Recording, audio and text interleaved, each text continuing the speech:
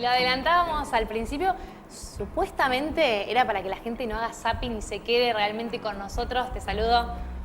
Natalia, hola, Intendente Fabricio. Hafkin, ¿cómo andás? Bien, muy bien. Bien, Muy la verdad que buenas nosotros noches. muy bien y muy contentos, como decíamos, de volver en este 2022 con esta producción independiente que se hace difícil, pero nos apasiona y nos gusta tanto la televisión que dijimos, bueno, tenemos que volver. ¿Te gusta nuestro estudio? Muy lindo. Para mí, aparte, ir recobrando esta normalidad de la charla frente a frente, Sí. directa, eso también ayuda mucho. Obvio que sí. ¿Cómo estás vos? Bien, muy bien. Haciendo, Los tratamientos. cumpliendo los tratamientos, las indicaciones médicas, pero bien. En principio es una batalla más, pero la verdad que siempre la parte más difícil es la del diagnóstico. Después, cuando uno más o menos se encamina, ya tuve alguna experiencia así que ahora hay que meterle para adelante. Bueno, y también escuché en algunas entrevistas, ¿no? Y también en tus redes sociales, Pablo, ¿no? La importancia esta de poder hacerse los chequeos, la importancia de ir al médico. Creo que a veces con esta vida que uno tiene, que estamos de acá para allá, que a veces ni comemos, decir, che, parar la pelota y decir, a ver, la salud primero. Eso es fundamental, pero además porque, claro, en estos 2 años de pandemia, mucha gente esquivó hacerse estudios, ir a instituciones de salud, y bueno, pasan estas cosas también, ¿no? Sí. Controles que no se realizaron o se postergaron y que es importante hacer. Yo particularmente no tuve ningún síntoma, con lo cual, Claro. si no hubiera sido por así el método Un de hacerme los chequeos de rutina, de rutina. nunca hubiera, o lo hubiera encontrado mucho más tarde, y obviamente eso siempre tiene consecuencias. Sí, y aparte, chequeos que hay que empezar, ya desde los 40 años hay que empezar a 40, tomársela. 50. En mi caso, cuando uno tiene antecedentes familiares, a los 40, Claro. y si no, a los 50, sí.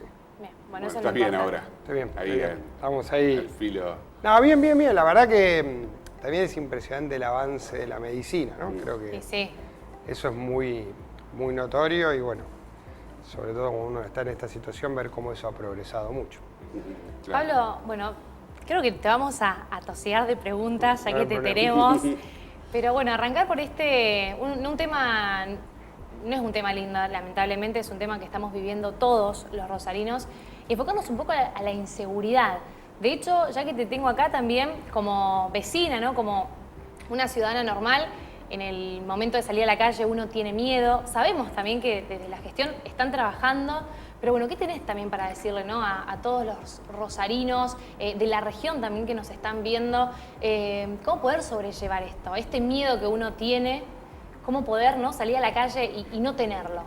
¿Se puede? A nosotros a mí particularmente, pero creo que a todos nos indigna. Muchas veces se habla de esto y se habla de lo que sucede en Rosario como si Rosario no fuera parte de la Argentina, Sí, ¿no? es De cierto. cierta ajenidad. Estamos viendo ahora, claramente, que este no es un fenómeno rosarino, que lamentablemente muchas cosas que estamos viendo acá se repiten en otros lugares, porque el origen, las causas principales, de arriba para abajo, en ese orden, están en la carencia de actuación de las agencias nacionales que tienen potestad de hacer inteligencia, investigación criminal para cortar estas redes, las redes de armas, las redes delictuales, los circuitos de lavado de dinero. Siempre digo mismo, nadie le pide a la Policía Municipal de Nueva York que enfrente al narcotráfico, porque hay agencias como el FBI, la DEA, las demás, que son las que toman este tema, porque se toman a nivel federal, porque las fronteras de nuestro país son las que permiten el ingreso de la droga, de las armas, de esa circulación. Creo que en eso nosotros tenemos que hacer mucho hincapié, porque vemos, por ejemplo, la carencia de inteligencia dentro de los servicios penitenciarios. El 90% de los hechos empiezan a tener una vinculación con personas que están detenidas y que los ordenan. Estamos ahora con un juicio desarrollándose en la ciudad. Uno escucha los testimonios del juicio de los propios imputados. Terrible. Y cuentan con total libertad cómo estando detenidos organizaban, por ejemplo, una amenaza a una persona que trabaja en el Ministerio Público de la Acusación, incluso diciendo, bueno, la verdad que le íbamos a poner una cabeza de un animal y el tipo se equivocó y disparó, y yo ya pedí disculpas, y todo organizado desde alguien que está cumpliendo condena, con lo cual hubo antes un proceso, una investigación, testigos, fiscales, jueces, condena, y la ejecución de la condena les permite actuar casi más cómodos que si estuvieran afuera. Exactamente. Entonces, creo que eso está roto. En otro orden necesitamos más presencia en calle. Hay otro delito que no está vinculado al delito complejo, pero es el que vos mencionabas, Sí. que se resuelve con presencia, más presencia de Disuasiva. patrulleros, mucha presencia en calle de agentes, caminantes, patrulleros, luces azules, como yo las denomino. ¿Y qué se necesita? ¿Presupuesto para eso? No, hay presupuesto. Se necesita una logística, una organización y una conducción. Nosotros estamos planteando, y yo voy a insistir con esto, que nos den atribuciones a los intendentes. Bien. Déjenme a mí elegir jefes policiales de la ciudad, decidir dónde se disponen las fuerzas policiales en la ciudad, cómo operan, porque nosotros estamos acá. El reclamo del vecino me llega a mí. Sí. Pero nosotros no tenemos personas armadas y no se puede combatir el delito sin armas. Nosotros podemos hacer nuestra parte, iluminar, urbanizar. Pero fíjate, te doy un ejemplo. Estamos haciendo una tarea de urbanización en Villa Banana, que va a ser histórica, va a ser un cambio, me animo a decir, del cambio urbano más grande en décadas en la ciudad. Pero nos balean las máquinas. Claro. Entonces, el otro día logramos que haya un procedimiento con un allanamiento, con detenidos. Pagamos nosotros adicionales de policía, que la ciudad paga para poder hacer la obra. Claro, que no Y debería. ir con adicionales de policía. Entonces, Ahora, eso hay que darle un corte de raíz. Es un corte que lo tenemos que hacer trabajando juntos, donde en un detalle de las partes, lo vimos, y perdón, me extiendo un minuto más, Sí. al presidente de la Cámara Federal, detallando con mucha especificidad la catástrofe de insuficiencia de recursos que tiene el sistema federal, que es el sistema que juzga estos delitos. Entonces, hagamos eso ordenadamente y empecemos a dar con contundencia señales de que todo el Estado, en todos los niveles, con todo el respaldo político, está alineado. Por lo demás son declaraciones, yo digo hoy, estábamos en guerra, eso no sirve, digamos, lo que sirve es esa agenda cotidiana y las mesas de trabajo permanentes. Y creo que en eso nosotros vamos a tener la voz cada vez más fuerte porque obviamente Rosario no merece esto. Viene gente de afuera, va a un parque 12 de la noche y me dice, loco, esto no sucede en ningún otro lugar. No. Pero la bronca es que de eso no se habla. Claro. Y con razón, se va a hablar de lo otro, porque la verdad que es una situación de violencia que complica la vida cotidiana. Ahora, Pablo, cuando lo escuchamos al presidente Alberto Fernández en una de las últimas visitas, fue creo que uno de los primeros mandatarios de nivel nacional que dice, esto es un problema de la Argentina, no es un problema solamente de una ciudad. Después lo escuchamos a Omar Perotti, donde tiene también algunos análisis que son, la verdad, creo, acertados en cuanto a entender lo que está ocurriendo. Ahora, lo que está faltando ahí es un poco superar la cuestión discursiva. Decisiones, y poder Mauricio, tomar acciones ¿cómo funciona la concretas. inteligencia criminal en el Servicio Penitenciario Federal? El ministro de Justicia de la Nación. No vino nunca a Rosario. Yo digo, nos ponen en el centro del problema. Perfecto, no hay problema. Lo asumimos, como tantas otras cosas. Pero entonces ocúpense con esa jerarquía. ¿Cuántas veces viene un ministro de Justicia de la Ciudad de Rosario? Nunca. El ministro de Seguridad vino una vez. Ahora estamos a punto de que se comprometa, se cumpla el compromiso del destacamento permanente de una región de gendarmería en Rosario, pero no para hacer monitoreo de autos pidiendo documentación, Claro. para Que es lo que intervenir pasa hoy. en las zonas más conflictivas. Entonces, son agendas de trabajo que hay que seguirla cotidianamente. Por eso uno reclama, no porque quiera meterse en un problema, porque uno está todo el día en el territorio. Me pasa a mí, le pasa a ustedes.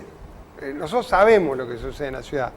Sabemos hasta los nombres y apellidos de quienes cometen los hechos en la ciudad. Yo le tengo que explicar a un vecino que me marca una situación y que no se puede intervenir porque obviamente requiere. Y lo mismo los fiscales, nosotros vamos a tener hoy en un rato un encuentro con todos los fiscales de la ciudad. Dennos potestades sobre el territorio. El problema no es el anuncio que se hace, es el día a día de seguimiento de la rutina, de dónde están ubicados los recursos que nos tienen que cuidar. Ahora, también lo que se ve es que esos fiscales, que tenemos, creo, algunos nombres súper valiosos en la ciudad, Sin duda. que tienen una voluntad, y hago el gesto para no ser soez, y que van al frente y que se arriesgan. Y algunos sectores de la política tratan, ¿no es cierto?, de ponerle palos en la rueda. Eso también ocurre en Rosario, ocurre en Santa Fe y afecta también a todo esto, ¿no? Por supuesto. O vemos situaciones que a veces se dan de actuaciones del sistema judicial que claramente no contribuyen a llevar un mensaje de no impunidad o de reducción del delito. Por eso, te repetía, nosotros vamos a tener un encuentro hoy mismo con los fiscales. Hay que respaldarlo a los fiscales, hay que entender que hoy todos le damos la potestad a los fiscales de accionar en nombre nuestro contra el delito. Entonces, si los debilitamos, estamos debilitando lo que permite perseguir el delito. Y el delito en sus grandes redes, porque, a ver, lo estamos viendo ahora, está tan claro cómo son los circuitos económicos. Te vuelvo a repetir, nosotros vamos a avanzar en esto, vamos a proponer también acciones vinculadas a un mejor control de los activos de dinero en las inversiones en la ciudad. Bien. Pero objetivamente no es en las pequeñas o medianas o grandes inversiones que se puede hacer en el territorio de la ciudad donde esto circula. Nadie entra al circuito de compra de armas o del narcotráfico con una actitud tan nimia. Estos son volúmenes grandes, requieren acciones mayores. Entonces, en esto hay que hablar muy en serio y te repito, en lo que yo sí estoy convencido es que nadie como nosotros puede tomar el calor de lo que sucede en el territorio a la hora de distribuir los recursos que nos cuidan. Bien, Pablo, bueno, ahora también hacer un poco de referencia a otro tema que nos importa muchísimo a todos los rosarinos, que es el transporte público. Sabemos que bueno, hay un anuncio, ¿no?, de que se van a incorporar 140 colectivos a partir del 2 de marzo. Bueno, que nos detalles un poquito más, porque también veníamos sufriendo, te digo, bastante con el tema del transporte público, tanto en colectivo como en taxis, porque me ha pasado. Yo me pongo de ejemplo muchas veces, que uno va a salir a la calle o no llega al colectivo, no pasa, o vas a tomar un taxi y no podés volver a la noche porque no hay taxis. Entonces, bueno, también que nos comentes un poco cómo lo están avanzando. Nosotros vivimos un estallido de todo lo que son medios masivos de transporte porque perdimos la masividad, porque durante 2 años cambiamos la lógica de vivir fundamentalmente en todo lo que es masivo. Entonces, pasamos de 450.000 pasajeros a 50.000, pasamos de una ciudad que funciona 24 horas a una ciudad que después de las 20, 21 horas dejaba de funcionar. ¿Dónde impacta directo esto? Además de en la actividad gastronómica, sobre todo, en el transporte tanto de colectivos como de taxis. Cada uno tiene su particularidad. Sí. Sistema de taxis, empezamos en diciembre con un proceso de llamado a 500 chapas nuevas, pero además con un proceso de intimaciones generando la caducidad de chapas que evidentemente no trabajaban. ¿Por qué esperamos tanto? Y porque uno también tenía que entender que yo no le puedo pedir a alguien a quien le dije no trabajes o directamente no van a haber actividades habilitadas después de las 11 de la noche que inmediatamente recupere las condiciones de incorporar. Sí. Pero además, como el planteo era que no había peones, salimos a buscar nosotros, choferes, hombres y mujeres de taxi, y tenemos hoy más de 1000 inscriptos, estamos capacitándolos, entonces ahora tenemos una base de datos para que el argumento de que no hay choferes se termine, porque si no, esto es el huevo y la gallina, ¿no? Sí, una rueda no había. Y bueno, se tuvo que solucionar el tema de algún modo de la tarifa para permitir también que el servicio pueda en alguna condición funcionar. En tema de transporte colectivo, primero tuvimos un vaivén de normalidad en algún periodo, no en otro, una recuperación de algún punto a la mitad de los pasajeros que teníamos. Y yo lo dije en octubre, el sistema de transporte va a recobrar cierta normalidad cuando vuelvan las clases, si esas clases son, como todos presumimos, sin restricción. Ahora, entonces, hay un tema ahí que lo vamos a desarrollar un poco más en el segundo bloque, que vamos a hablar más de política, Pablo, que subyace a todo esto, que es la cuestión del federalismo, ¿no? ¿De qué forma se distribuyen en Argentina los recursos? Y bueno, hubo ahí algunos también anuncios de parte del gobierno nacional. Sí. Sin duda, pero digo, yendo muy de abajo hacia arriba, nosotros teníamos un sistema de 450 coches en una emergencia de transporte que dictamos para de algún modo tratar de salvarlo.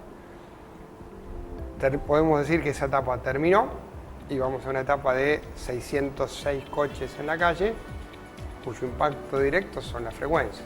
Vamos a medir con 606 cuál es la demanda y nos va a permitir ir ajustándolo, pero preferimos no hacerlo gradualmente, que fue lo que vinimos haciendo hasta acá. Claro. Preferimos volcar el número, que era el número indicado, y a partir de ahí vamos a medir. Bien. Pablo, bueno, ahí lo anunciaba Fabri, te vamos a tener en el segundo bloque un rato más porque queremos hacerte más preguntas, hay muchas incógnitas en este día, en el día de hoy, así que no se muevan porque ya volvemos con 52 minutos.